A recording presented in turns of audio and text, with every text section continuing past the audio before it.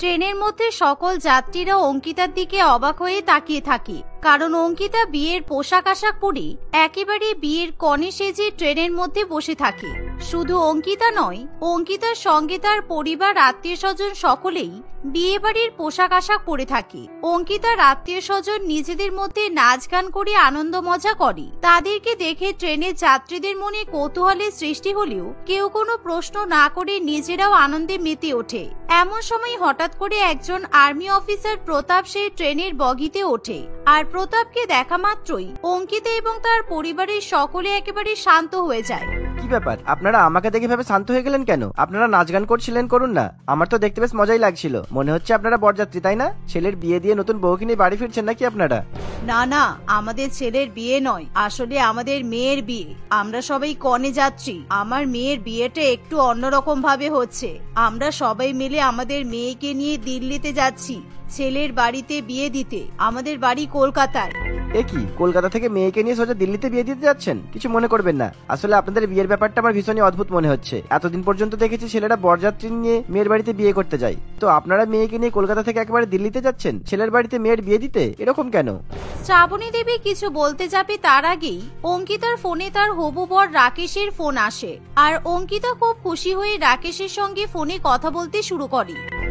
না, আসলে আমি তোমাকে এটাই বলার জন্য ফোন করেছি। আমার বাবা মা বিয়েতে রাজি হচ্ছে না। আমার বাবা মা বলছে যদি তোমার বাবা আমাকে একটা বড় 4 চাকা গাড়ি যৌতুকে দিতে পারে তাহলেই তোমার সঙ্গে আমার বিয়ে দেবে, তাহলে নয়। তাই যদি তোমরা 4 চাকা গাড়ির ব্যবস্থা করতে পারো তাহলেই আমার বাড়িতে এসো, তা না হলে আসার কোনো দরকার নেই, বুঝেছো? রাকেশের মুখে এমন কথা শুনে অঙ্কিতা প্রচন্ড পরিমাণে অবাক হয়, আর অঙ্কিতা কিছু বলতে যাবে তার আগেই রাকেশ অঙ্কিতার মুখের উপর ফোন কেটে দেয়, যার ফলে অঙ্কিতা ট্রেনের মধ্যে প্রচন্ড পরিমাণে কান্নাকাটি করতে শুরু করে। বাবা, রাকেশ আমাকে বিয়ে করতে পারবে না বলছে। রাকেশের বাবা মা একটা বড় 4 চাকা গাড়ি যৌতুকে চাইছে, আর বলেছে আমরা যদি গাড়ির ব্যবস্থা না করতে পারি তাহলে এই বিয়েটা কোনো মতেই হবে না। এই শুনে অঙ্কিতার বাবা মা প্রচন্ড পরিমাণে ভয় পেয়ে যায়। এমনকি ট্রেনের সকল যাত্রীরা এরকম দৃশ্য দেখে প্রচন্ড পরিমাণে অবাক হয়। কিছুক্ষণের মধ্যে যাত্রীদের মনে হয় তারা যেন কোনো সিনেমার শুটিং দেখছে। আমি এই কারণেই বলেছিলাম ওই বিয়াদব ছেলেটাকে বিয়ে করিস না, কিন্তু তুই তো আমার কথা শুনিস না। ওই ছেলেটা সব ইচ্ছাকৃত ভাবেই করেছে। ও খুব ভালো করেই জানে আমরা গতকালকেই ট্রেনে উঠে পড়েছি, আর আজকে আমরা চাইলেও গাড়ির ব্যবস্থা করতে পারবো না, কারণ এরকম একদিনের মধ্যে গাড়ি কেনার টাকা আমি জোগাড় করবো কোথা থেকে? এমন সময় অঙ্কিতা আরো বেশি পরিমাণে কান্নাকাটি করতে শুরু করে, আর যা দেখে আর্মি অফিসার প্রতাপ এবার ব্যাপারটাতে হস্তক্ষেপ না করে থাকতে পারে না। আচ্ছা, আপনাদের অসুবিধাটা কি আমাকে একটু বলবেন? যদি আমি আপনাদেরকে সাহায্য করতে পারি নিজের মনে করে বলতে পারেন। প্রতাপের কথা শুনে অঙ্কিতার মা সব ঘটনা বলতে শুরু করে। আজ থেকে 3 বছর আগে কলেজে ভর্তি হওয়ার পর অঙ্কিতার সঙ্গে এক অবাঙালি ছেলে রাকেশের আলাপ হয়, আর কিছুদিনের মধ্যেই অঙ্কিতা এবং রাকেশের মধ্যে খুব ভালো বন্ধুত্ব গড়ে ওঠে। এমনকি একটা সময় তাদের বন্ধুত্বের সম্পর্ক অন্য রূপ নেয়, কারণ অঙ্কিতা এবং রাকেশ দুজনে একে অপরকে পছন্দ করে ফেলে। এমনকি তারা একে অপরকে বিয়ে করার সিদ্ধান্ত নেয়, আর যা দেখে অঙ্কিতা এবং রাকেশের বন্ধু বান্ধবরা তাদেরকে নিয়ে ইয়ার্কি মজা করে। এমনই একদিন, কিরে তোদের তো প্রেম একেবারে জমে ক্ষীর হয়ে গেছে। কলকাতার এক বাঙালি মেয়ের সঙ্গে দিল্লির এক অবাঙালি ছেলের কিভাবে বিয়ে হতে পারে আমি সেটাই ভাবছি। আরে তুই ভাবলি কি করে এরা বিয়ে করবে? এরা মোটেই বিয়ে করবে না। এরা দুজন দুজনের সঙ্গেই টাইম পাস করছে। মানে এরা দুজন দুজনের গার্লফ্রেন্ড বয়ফ্রেন্ড হতে পারে ঠিকই, কিন্তু এরা কখনোই একেবারে বউ বর হবে না। কিরে, আমি ঠিক বললাম তো? তোদের কি আর খেয়ে দিয়ে কাজ নেই? তোরা কেন সবসময় আমাদের পেছনে লাগিস বলতো? আর কে বলেছে আমরা বিয়ে করব না? আমাদের পড়াশোনা শেষ হয়ে গেলে আমরা নিশ্চয়ই বিয়ে করব। আর আগে কি কখনো তোরা কোনো বাঙালি মেয়েকে অবাঙালি ছেলেকে বিয়ে করতে দেখিসনি? এতে অবাক হওয়ার মতো তো কিছুই নেই। আমরা অবাক হচ্ছি কারণ তোর ফ্যামিলি এই রাকেশকে কখনো মেনে নেবে না। আমি তো ছোটবেলার বন্ধু, তাই কাকু কাকিমা কেমন মানুষ আমি সেটা খুব ভালো করেই জানি। আমার মনে হয় না তোর বাবা এরকম একটা অবাঙালি ছেলের সঙ্গে তোর বিয়ে দেওয়ার জন্য রাজি হবে। আরে বাবা, আমার বিয়ে নিয়ে তুই এত চিন্তা করছিস কেন? আমি আমার বাবা মাকে কিভাবে রাজি করাবো সেটা তো সম্পূর্ণ আমার ব্যাপার। আর এমন তো নয় যে রাকেশ আমাদের মতো বাংলা কথা বলতে পারে না। ছোটবেলা থেকে রাকেশ কলকাতাতেই মানুষ হয়েছে, তাই রাকেশকে দেখে কেউ সহজে বুঝতেও পারবে না যে রাকেশ অবাঙালি। কি হলো রাকেশ, তুমি কিছু বলছো না কেন? আরে তুমি বেকার বেকারদের সঙ্গে ঝগড়া করছো কেন? একবার আমাদের পড়াশোনা শেষ হয়ে যাক, তারপর আমরা বিয়ে করে এদেরকে দেখিয়ে দেবো। আর আজকে এমনি ক্লাস করার ইচ্ছে করছে না, আর আজকে আমরা দুজনে মিলে সিনেমা দেখতে যাব। এই শুনে অঙ্কিতা খুবই খুশি হয়ে রাকেশের সঙ্গে সিনেমা দেখতে চলে যায়। অঙ্কিতা একদমই ঠিক করছে না। আমার মনে হচ্ছে ওর বাবা মাকে অবশ্যই ব্যাপারটা জানানো দরকার, কারণ অঙ্কিতা পড়াশোনাতে খুব ভালো, আর এখনো পড়াশোনা না করে ওই অবাঙালি ছেলেটা চক্করে পড়ে নিজের ক্ষতি করছে। আমি কাকুকে সব বলে দেব, এতে অঙ্কিতারই ভালো হবে। এই বলে প্রিয়াঙ্কা তখনই অঙ্কিতার বাবাকে ফোন করে, আর সে অঙ্কিতা এবং রাকেশের সম্পর্কের ব্যাপারে সমস্ত কিছু জানিয়ে দেয়, যার ফলে পরিমল বাবু প্রচন্ড পরিমাণে রেগে যায়। আর রাত্রিবেলা যখন অঙ্কিতা বাড়িতে ফিরে আসে, কিরে, এতক্ষণ পর্যন্ত কোথায় ছিলি তুই? তোর কলেজ শেষ হয়েছে সেই 5টায়, আর এখন বাজে রাত 9টা। কলেজ থেকে বাড়ি ফিরতে সময় লাগে 1 ঘন্টা, তাহলে তোর আজকে 4 ঘন্টা সময় লেগে গেল কেন? না বাবা, আসলে কলেজ ছুটি হওয়ার পর আমি একটু বন্ধুদের সঙ্গে ঘুরতে গিয়েছিলাম, তাই আমার বাড়িতে ফিরতে একটু লেট হয়েছে। এই শুনে পরিমল বাবু রেগে গিয়ে অঙ্কিতার গালে ঠাস করে একটা চড় মারি। খুব মিথ্যা কথা বলতে শিখেছিস তাই না? তুই কি ভেবেছিস তুই দিনের পর দিন আমাদেরকে মিথ্যা কথা বলে যাবি, আর আমরা অন্ধের মতো তোর সব কথাতে বিশ্বাস করব? তুই আজকাল ওই অবাঙালি ছেলেটার সঙ্গে ঘুরে বেড়াচ্ছিস জানি, এমনকি আমি শুনেছি তুই ওই ছেলেটাকে বিয়ে করবি বলে লাফাচ্ছিস। অনেক বড় হয়ে গেছিস তুই তাই না? নিজের জীবনের সিদ্ধান্ত নিতে শিখে গেছিস।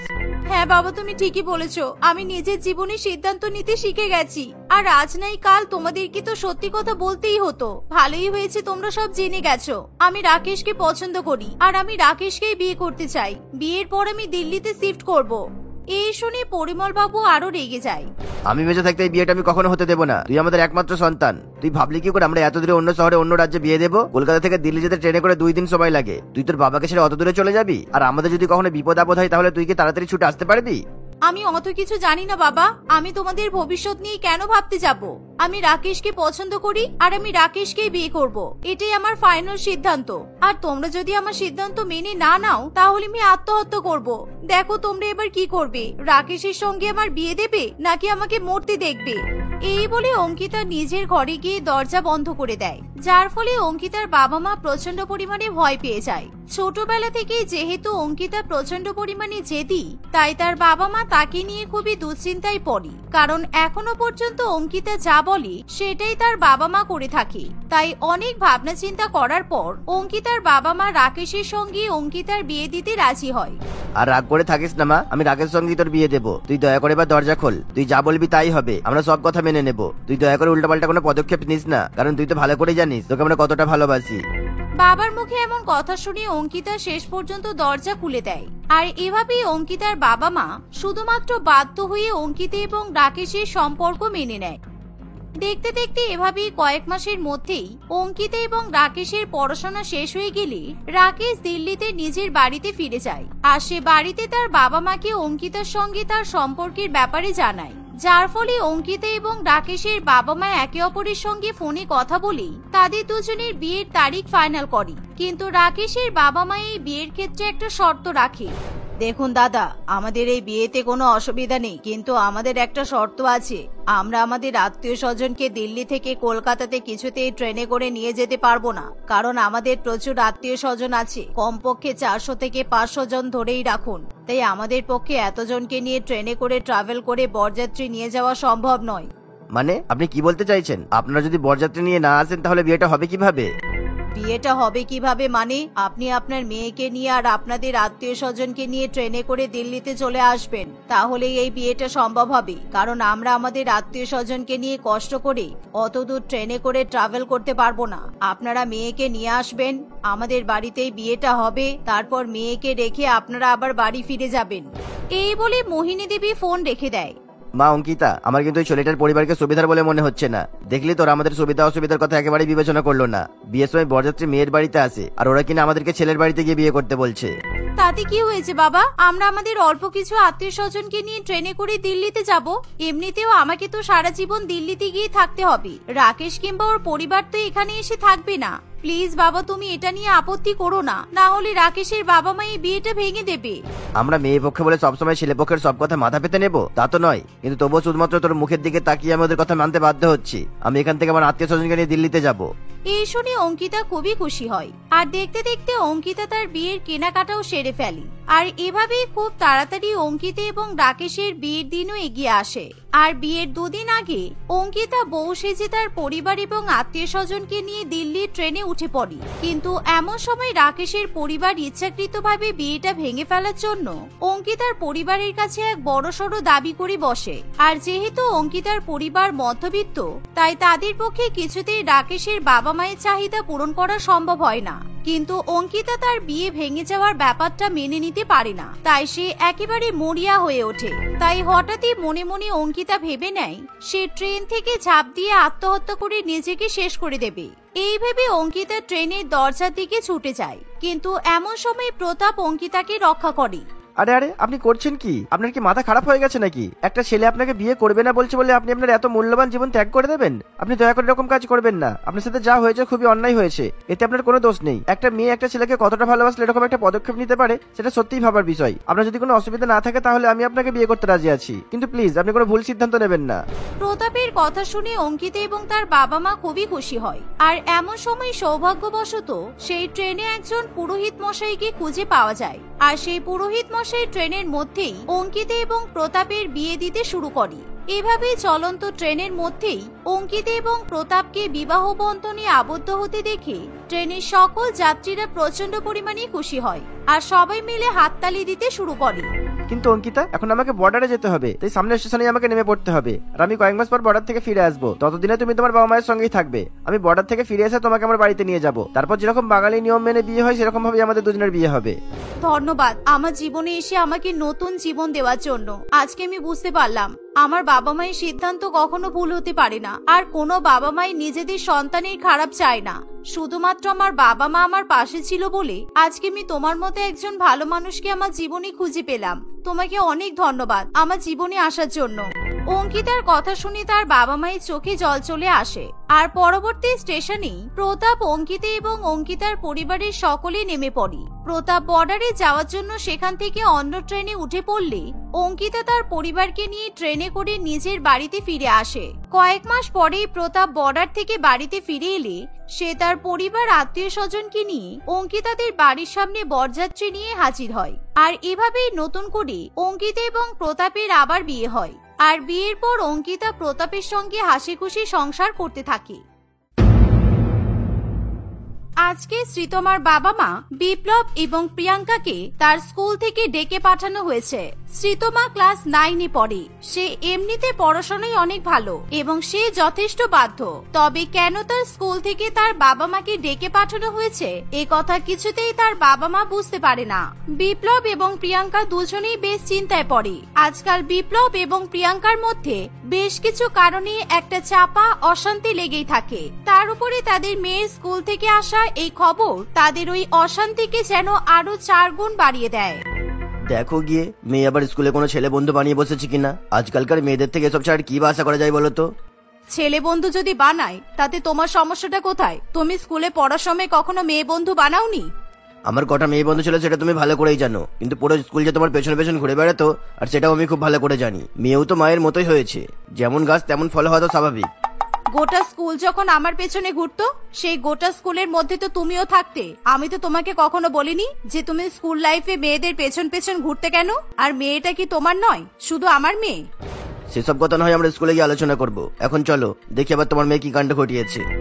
এই বলে তারা দুজনে বাড়ি থেকে বেরিয়ে একেবারে শ্রীতমার স্কুলের দিকে রওনা দেয়। সেখানে গিয়ে শ্রীতমার স্কুলের হেডমাস্টারের কাছ থেকে তারা জানতে পারে শ্রীতমা কি করেছে এবং কেন তার বাবা মাকে এভাবে স্কুল থেকে ডেকে পাঠানো হয়েছে। সমস্ত কথা শুনে বিপ্লব এবং প্রিয়াঙ্কা দুজনেই লজ্জায় এবং রাগে শ্রীতমার স্কুলের হেড স্যারের সঙ্গে চোখে চোখ মিলিয়ে কথা বলতে পারে না। আমরা শ্রীতমাকে অনেক স্নেহ করি, আমরা জানিও পড়াশোনায় অনেক ভালো আর অনেক ভদ্র একটা মেয়ে, কিন্তু ও যে আজকে এরকম করবে সেটা আমরা কোনোদিনও স্বপ্নেও ভাবিনি। কেন করেছিস তুই এরকম? আমরা বিশ্বাস করে তোকে স্কুলে পাঠাই যাতে তুই তোর পছন্দের বন্ধুর সঙ্গে স্কুল থেকে পালিয়ে যেতে পারিস, সেই কারণে। ও শুধু আমার পছন্দের বন্ধু নয় মা, আমি ওকে ভালোবাসি। আর আমি জানি তোমরা কোনোদিনও ওর সাথে আমার বন্ধুত্ব রাখতে দেবে না, তাই তো আমরা ঠিক করেছিলাম আমরা পালিয়ে যাব। কেন তোর এরকম মনে হয়েছে যে আমরা তোর সাথে ওই ছেলেটার বন্ধুত্ব রাখতে দেব না? আর না দিলেই বা সেটা দোষের কি? এই বয়সটা তো তোর পড়াশোনা করে নিজের আর বাবা মায়ের নাম উজ্জ্বল করার বয়স। পালিয়ে গিয়ে বাবা মায়ের মুখে চুনকালি মাখানোর বয়স তো নয়। তাহলে তোমরা দুজনে কেন পালিয়েছিলে? তোমাদের মনে হয়নি যে তোমরা এমন করলে দাদু, দিদা, ঠাম্মা সবাই কষ্ট পাবে? এখন নিজেদের কষ্ট হচ্ছে বলে তাই তোমরা বুঝতে পারছো, তাই না? দেখেছো কেমন মেয়ে তৈরি করেছো তুমি, কিভাবে স্কুলের হেডমাস্টারের সামনে আমাদের অপমান করছে।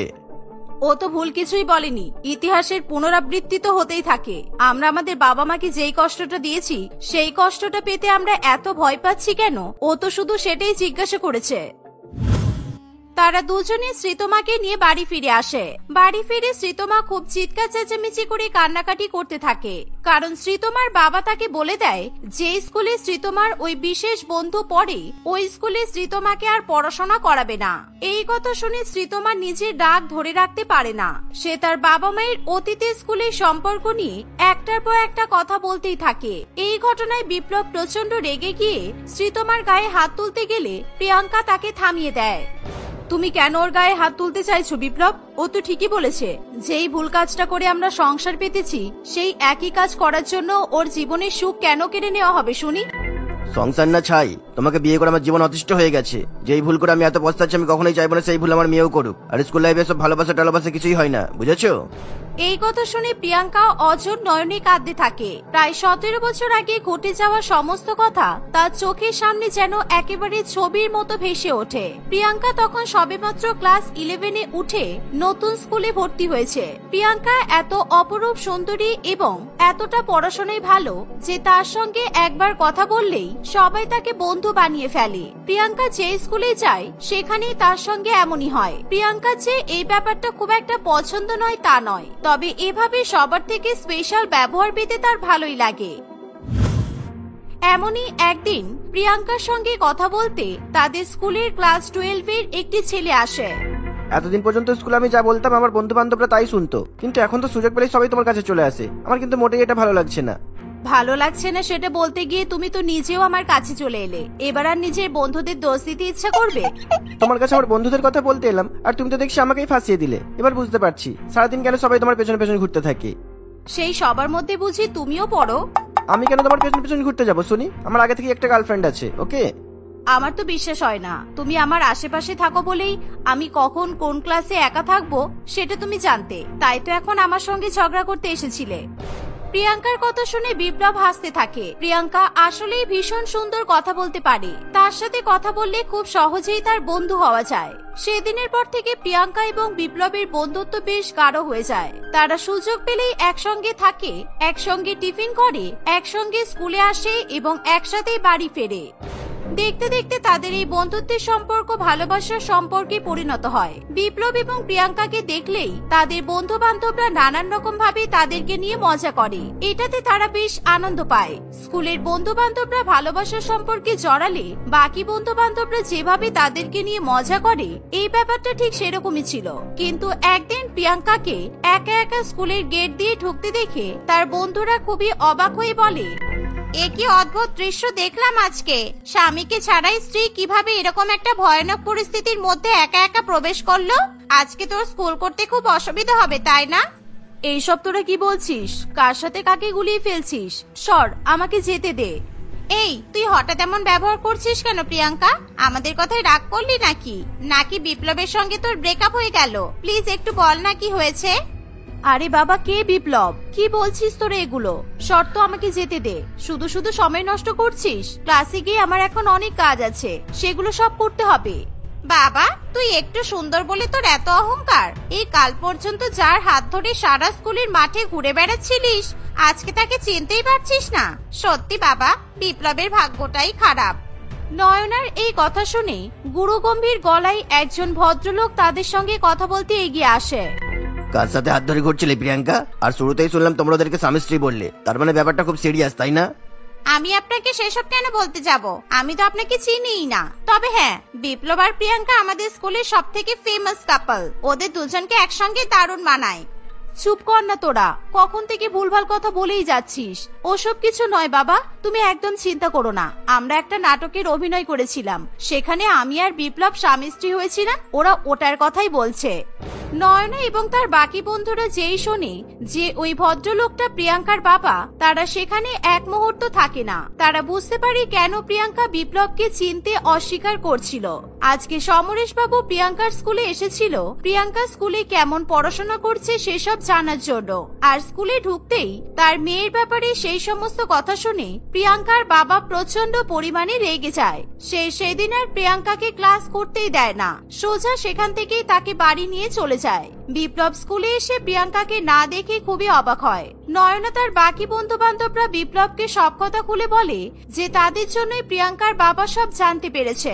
এইভাবে প্রায় এক সপ্তাহ কাটে। সবাই ভাবে হয়তো প্রিয়াঙ্কার বাবা তার স্কুল ছাড়িয়ে দিয়েছে, কিন্তু এক সপ্তাহ পরে প্রিয়াঙ্কা আবার স্কুলে আসে। আমি তো ভেবেছিলাম তোমাকে আর কোনোদিনও দেখতেই পাবো না। তোমার বাবা যে এত রাগী সেটা আমরা কেউ জানতাম না। উপরওয়ালার কাছে আমি অনেক অনেক কৃতজ্ঞ যে তোমাকে আরো একবার দেখার সুযোগ করে দিয়েছে। আমাকে না দেখার অভ্যাস যত তাড়াতাড়ি করে ফেলতে পারবে তত ভালো। সমস্ত ঘটনা আমার বাবা জেনে যাওয়ার পরে বাবা আমার লাইফ একেবারে জেলের কয়েদিদের মতো করে দিয়েছে। না কোথাও যেতে দেয়, না কাউকে বাড়িতে আসতে দেয়।